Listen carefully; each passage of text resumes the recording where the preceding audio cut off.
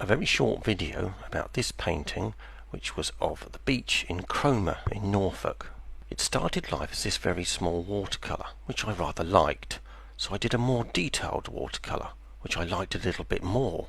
Then I noticed my fellow beach dwellers, and they were all shapes and sizes, so I thought with my first two watercolours and my beach dwellers I could have enough for a final painting. Back in the studio I started to pull the final bones of the painting together.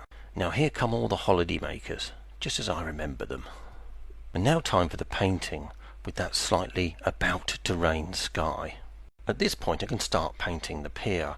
For the sake of art I've made it more beefier than in real life. Right, now quickly zooming in again, here come all the holiday makers in full colour. And finally, here is the finished painting of Cromer in Norfolk. It was most enjoyable to do, and many thanks for watching.